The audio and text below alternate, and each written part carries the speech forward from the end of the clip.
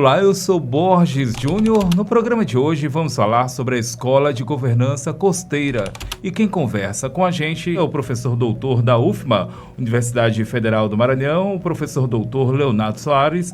Professor Leonardo, que também é vice-reitor da Universidade Federal do Maranhão e fundador da Prolitoral e da Escola de Governança Costeira, a ESCOGERCO. Professor Leonardo, seja bem-vindo. Sempre um prazer estar com você e com os ouvintes e telespectadores da nossa rádio UFMA. Professor, começo pedindo para o senhor falar sobre a Escola de Governança Costeira. Ela representa um marco para a governança costeira no Brasil. Como é que surgiu a ideia de criar essa escola? Ela que é vinculada à rede Prolitoral. Isso, a escola ESCOGERCO é uma inovação internacional. Não há modelos pensados e estruturados como a ESCOGERCO no mundo. Ela busca dar uma formação técnico-científica às comunidades, com uma linguagem local e com a própria participação da comunidade na concepção dos cursos. A ESCOGERCO, ela surge de uma década de imersão de pesquisadores que estudam o litoral do Brasil e do mundo e foi fundada recentemente no 4º Congresso Internacional de Impactos Sociais, realizado na Universidade Federal do Maranhão. Parceria que surge com a cooperação internacional, envolvendo aí universidades de vários países. Saber do senhor como é que essas parcerias elas contribuem para fortalecer a governança dos territórios costeiros. Exatamente. A ESCOGERCO, ela surge juntamente como produto do Prolitoral, que é um movimento científico e comunitário que surge no eixo norte e nordeste do Brasil, considerando as peculiaridades do nosso litoral nacional. E a partir disso, a gente enxergou a necessidade de um novo modelo de formação para ampliar a governança costeira. Daí surge a ESCOGERCO. A primeira etapa foi consolidar essa rede nesse eixo norte e nordeste. Fizemos isso nos primeiros 5 anos após a formulação dessa ideia e temos representantes no Prolitoral e na ESCOGERCO de todos os estados do litoral setentrional. Rio Grande do Norte, Ceará, Piauí, Maranhão, Pará, Amapá. E também de outras regiões do Brasil, como o Amazonas, Roraima, Goiás, Pernambuco, Paraíba, Bahia, São Paulo.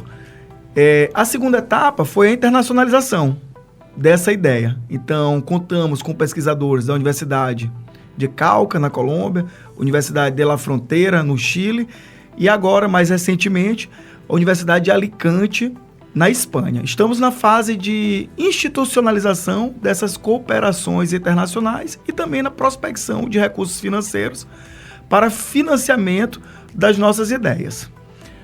Cooperação internacional que surge no cenário também internacional, por assim dizer, ligado à COP30. Saber do senhor quais seriam os principais desafios dessa escola, que desafios pretendem serem enfrentados, comunidades costeiras e ribeirinhas, com atenção a esses 2 pontos. Olha só, em linha reta, do Oiapoque ao Chuí, o Brasil tem 8.500 quilômetros de litoral, 17 estados costeiros, e aproximadamente 35% da população vivendo nessa região defrontante com o mar. A grande fronteira da mudança climática é o litoral. O oceano é a força motriz e o litoral é a fronteira.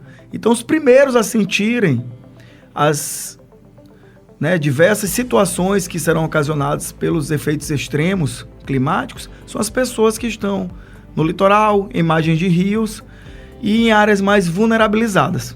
No Brasil, essas áreas mais vulnerabilizadas vão estar no eixo norte e nordeste. Então, o Prolitoral, rede de pesquisa, e a ESCOGERCO, rede de formação, ela surge nesse contexto, para que possamos empoderar as pessoas, discutir políticas públicas e, assim, conseguir desenvolver estratégias que possam mitigar, reduzir, minimizar os efeitos das mudanças climáticas. E ela surge nesse contexto pós-COP, 15 dias após o encerramento da COP. Então, houve todo um planejamento temporal para que esse marco acontecesse justamente neste momento. Professor, para quem nos ouve neste momento, de repente possa até aparecer um termo técnico, governança dos territórios costeiros. O que seria essa governança? Para quem nos ouve e possa entender aí melhor. Isso. A governança é um processo de discussão, de acompanhamento, de implantação, de avaliação das políticas públicas. Então, quanto maior a governança, mais sucesso as políticas públicas tenderão a ter. A ampliação da governança, a amplitude da governança maior significa o quê? Que as pessoas participam dos processos decisórios, de escolha, de definição de metas e de formulação das políticas públicas e também do seu controle. Isso só é possível com a formação.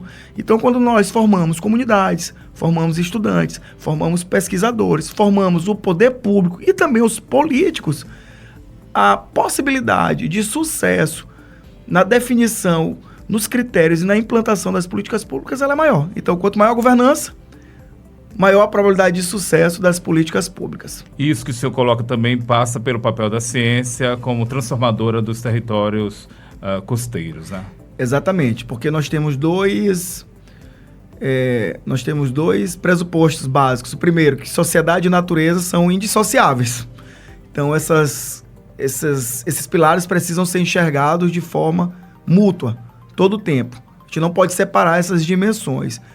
O segundo é que as políticas públicas e a governança ela deve surgir de baixo para cima, não de cima para baixo. Não é o Estado, não é a União que vai definir quais políticas públicas devem chegar em um território.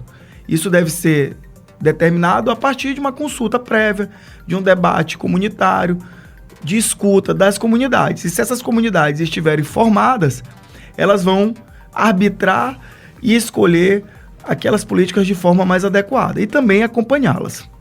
Muito bem, estamos conversando com o professor doutor Leonardo Soares, ele é vice-reitor da Universidade Federal do Maranhão, fala sobre a fundação da Escola de Governança Costeira, ele também fala sobre o papel, como colocamos há pouco, da ciência na transformação dos territórios.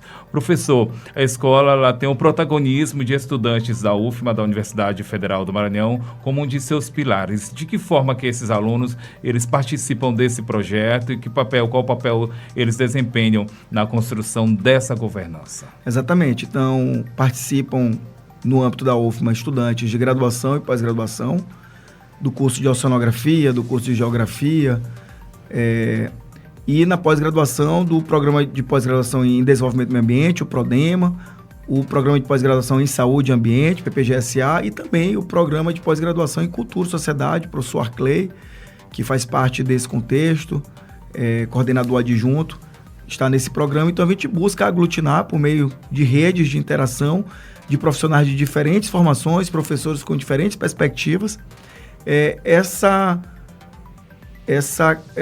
busca por uma formação mais adequada das comunidades e das pessoas, por esse empoderamento.